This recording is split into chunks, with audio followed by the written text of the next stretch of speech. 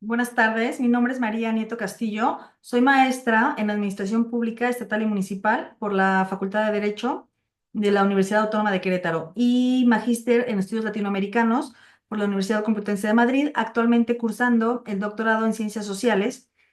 con línea de investigación en antropología en la Universidad de Salamanca. La intención de participar en este congreso, en este quinto Congreso Internacional Identidades, Inclusión y Desigualdad, Identidades, Alteridades, el delgado hilo de las fronteras, tiene que ver justamente con presentar un poco de lo que estoy trabajando dentro de mi proyecto de investigación del doctorado. En este sentido, la ponencia que presento, Elementos identitarios de los pueblos indígenas de México, muestra de su persistencia histórico-cultural, corresponde a uno de los capítulos de investigación de la tesis doctoral con la intención de revisar si los elementos que presentan o cómo es que los elementos de identidad e identitarios que presentan los pueblos y comunidades indígenas en México, pues los ponen en una condición distinta al resto de la población no indígena en el país. Voy a dividir la ponencia en tres momentos distintos. Primero, haciendo un poco de referencia en cuanto al reconocimiento de la pluriculturalidad en México, toda vez que justamente la investigación se trata de demostrar si esta pluriculturalidad de manera pragmática ha funcionado para los pueblos y comunidades indígenas. Posteriormente haría esta referencia justamente sobre los elementos identitarios que podemos identificar en este siglo XXI en esta población y al final nada más una breve referencia para que nos cuestionemos si realmente el reconocimiento de esta pluriculturalidad ha servido o no, o representa o no lo que los pueblos indígenas en México requieren, o si ha sido culturalmente idónea, o nada más se quedó en la formalidad. La ponencia es breve, tenemos alrededor de 10-15 minutos para exponer, por lo tanto, pues los elementos estarán mucho más desarrollados en la ponencia escrita que se presente en su momento. Entonces, en un primer momento, haciendo referencia a este reconocimiento de la pluriculturalidad, me gustaría señalar que en México, desde el nacimiento de México como país independiente, a partir del año 1821 y específicamente a partir de su primer constitución en 1824, no hubo un reconocimiento explícito en relación a los pueblos indígenas y a sus derechos. Evidentemente, esto se explica, y esto lo vemos, lo observamos también en las otras constituciones del siglo XIX, en la constitución, como mencionaba, del 24, en la constitución del 35, 36, en la constitución del 43, en la constitución del 40, en el acta constitutiva y de reformas del 47 y en la constitución de 1857. En ninguna de estas constituciones tanto centralistas como federalistas, directamente, o conservadoras o liberales, directamente no se observa una mención específica al reconocimiento de la existencia de la población indígena ni de sus derechos. Me parece que esto se explica y se justifica en el sentido de que la realidad de la época solicitaba otro tipo de reconocimientos y de atención a otro tipo de derechos, y específicamente el liberalismo político, pues estaba apostando por la igualdad de las personas ante la ley sin hacer estas diferenciaciones de si eran o no eran indígenas. Lo mismo podemos observar un poco en la Constitución Federal de 1917, en donde sí hay esta mención en cuestión de derechos agrarios y en cuestión de derechos laborales, pero nuevamente no específica en cuestión de los derechos de los pueblos. Ahora,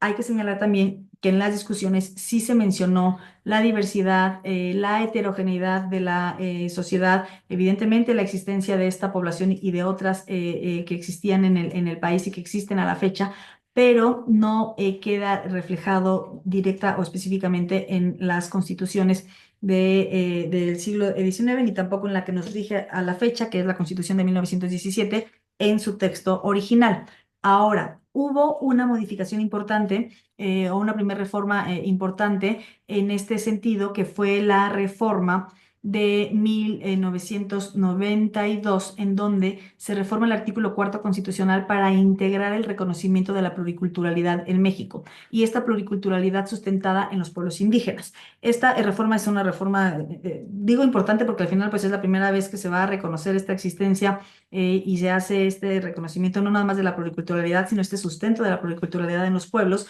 y va a venir otra gran reforma importante que va a ser la reforma del 2001. Hasta ese momento, la reforma del 2001 es la reforma más importante en materia de derechos de los pueblos y comunidades indígenas en México. Ahora, recientemente, el año pasado, 2024, hubo otra reforma nuevamente al artículo segundo que presenta diferencias con su antecesora del 2001 y es, en mi opinión, pues la más importante que ha habido en materia de derechos de pueblos y comunidades indígenas en nuestro país. Sin embargo, regresando a lo que quería señalar o hacer visible es que la pluriculturalidad en México está reconocida a partir del año 1992 en la reforma al artículo cuarto constitucional, nuevamente señalada en el artículo segundo constitucional en la reforma del 2001, donde se reconoce nuevamente, ahí se hace una mención de que México es una nación única e indivisible, ahí evidentemente un poco este temor a las cuestiones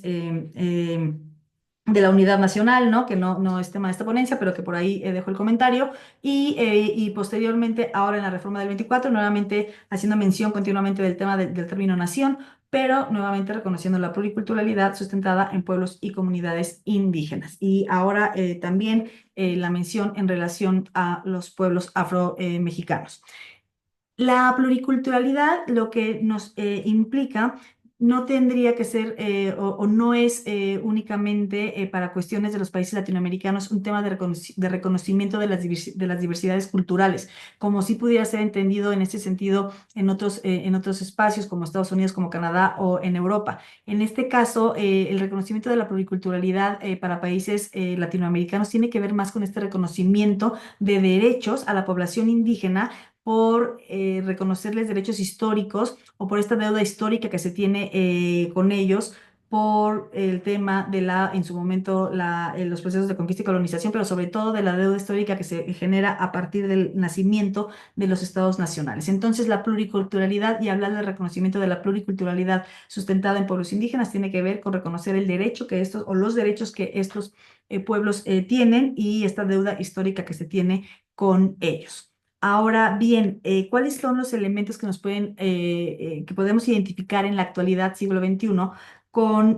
de estos pueblos y comunidades indígenas? Aquí es importante señalar que, bueno, en primer lugar, que la población indígena a la fecha, en el caso mexicano, existe, que si bien en términos del censo del año del 2020 es una población que representa el 6,1 de la población en términos de hablantes de una lengua, o sea, de personas de 3 años o más hablantes de una lengua. El tema es que por términos de autoascripción este número se eleva a un 19,4% y pues ya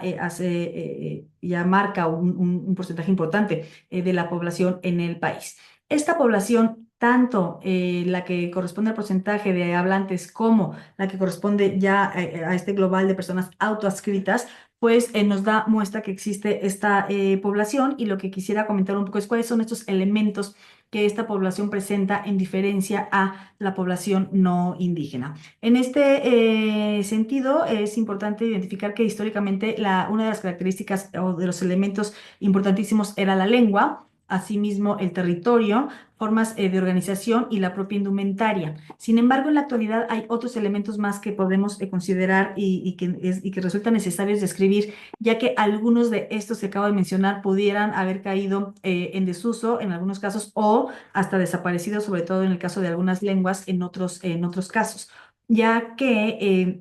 por una cuestión de discriminación y de marginación que han sufrido las personas que pertenecen a pueblos y comunidades indígenas, pues algunos de los elementos que resultaban más obvios para su identificación han podido no desaparecer del todo, pero sí no ser tan visibles como lo hubieran sido en otro momento. Todo lo que voy a comentar de manera muy breve por las cuestiones del tiempo, quiero decir que se estará expuesto de manera más extensa en la ponencia por escrito. Entonces, ¿cuáles son estos elementos que nos ayudan a identificar a los pueblos y comunidades indígenas de México en la actualidad? Podemos hablar de la lengua como un medio de transmisión, no nada más de comunicación, sino como un medio de transmisión de principios y valores de estos pueblos y comunidades y de creencias. Y a partir de esta lengua y de la imposibilidad de traducir exactamente todo de una lengua al español, se vuelve un elemento muy, muy importante. Repito, porque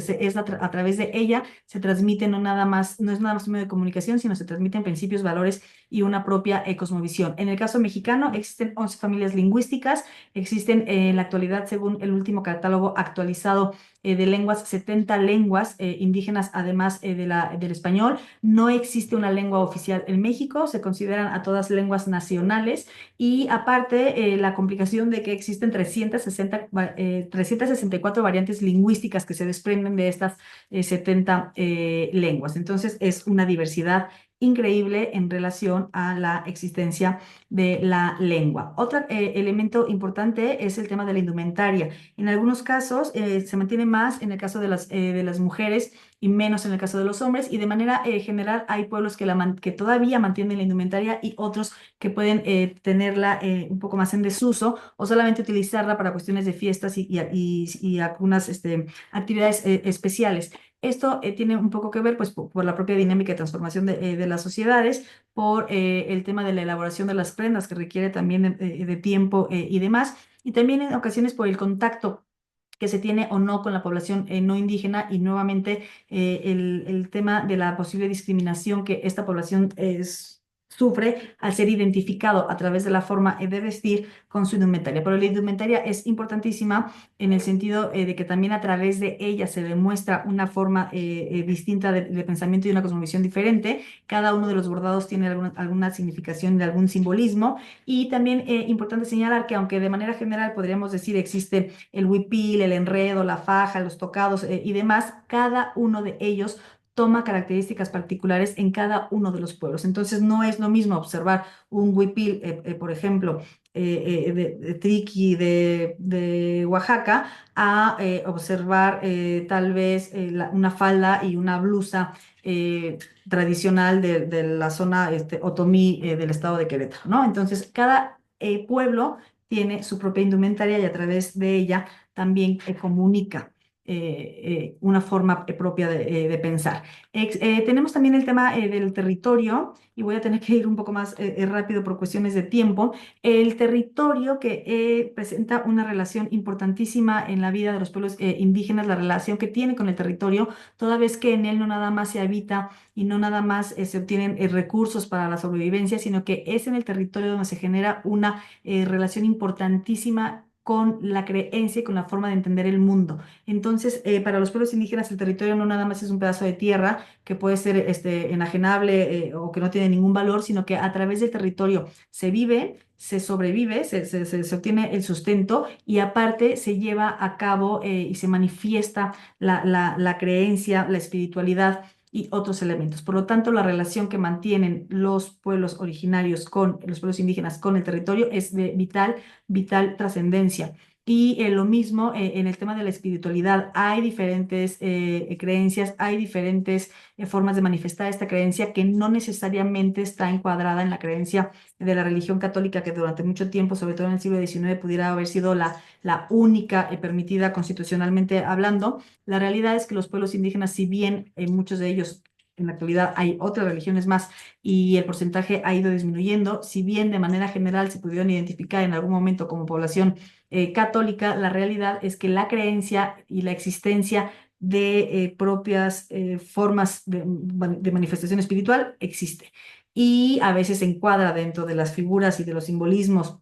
y de los símbolos de la religión católica, pero no necesariamente en todos los casos. Otro tema importantísimo tiene que ver con el trabajo comunal con el tequio, con la faena, con la faina, diferentes formas de mencionarlo de acuerdo al pueblo y comunidad indígena que se trate en México, pero importantísimo porque este trabajo comunal en favor de la comunidad por el cual no se paga y no se recibe a cambio ningún tipo de compensación de carácter económico, sino que se hace justamente en este acto de reciprocidad y a través de este principio de reciprocidad que es muy importante en los pueblos y comunidades indígenas. Y entonces a partir del principio de reciprocidad, esta corresponsabilidad para a través del trabajo comunitario lograr objetivos comunes y en beneficio de la comunidad es importantísima y también un elemento muy identificador de los pueblos y comunidades indígenas en la actualidad. Y está vinculado también con la cuestión de los sistemas de cargos y de esta posibilidad de a través de los sistemas de cargos, ya sean cargos de carácter civil, administrativo o religiosos, dependiendo del pueblo o comunidad que se trate, también el ir demostrando la valía dentro de la comunidad y aparte seguir sirviendo y trabajando para la comunidad. Entonces, el sistema de cargos es otro de los elementos importantísimos a mencionar y también la asamblea comunitaria. Podríamos afirmar que casi en todos los pueblos y comunidades indígenas en México existe una asamblea comunitaria, aunque existan otras figuras y otras formas de ejercer y de organizar, como los diferentes comités que existen y tal. La asamblea comunitaria sería la asamblea donde se toman las decisiones importantes, más relevantes y en donde participan las personas que tienen el derecho de participar en esta asamblea para la toma de las decisiones más importantes. Entonces, son, como se puede observar, el tema de la comunalidad, el tema de la colectividad, uno de los elementos siempre presentes en los pueblos y comunidades indígenas en México. Esto, ¿por qué es importante señalarlo? Porque la intención de la investigación es, en su momento, demostrar si el reconocimiento de esta pluriculturalidad realmente en efectos prácticos, para cuestiones pragmáticas, cumple con los pueblos y comunidades indígenas que son las que la sustentan. Es decir, los pueblos y comunidades indígenas tienen formas propias de organización desde siempre que han ido modificando por sus propias transformaciones sociales y por ser sociedades dinámicas como todas las sociedades humanas y al final no necesariamente necesitan encuadrarse en conceptos o en acepciones de carácter universal y occidental para, para el desarrollo de su cotidianidad. Ellos han mantenido sus propios elementos identitarios de manera, en esta permanencia histórico-cultural desde el momento de la invasión, de la conquista y de la colonia y también en el nacimiento de los estados nacionales y 200 años después. Por mi parte, por cuestión de tiempo, sería todo. Repito, será expuesto de manera más precisa y mucho más abundante en la ponencia por escrito. Espero que haya sido de su interés y estoy atenta para las preguntas que quieran hacer alrededor de este tema. Muchísimas gracias y buenas tardes.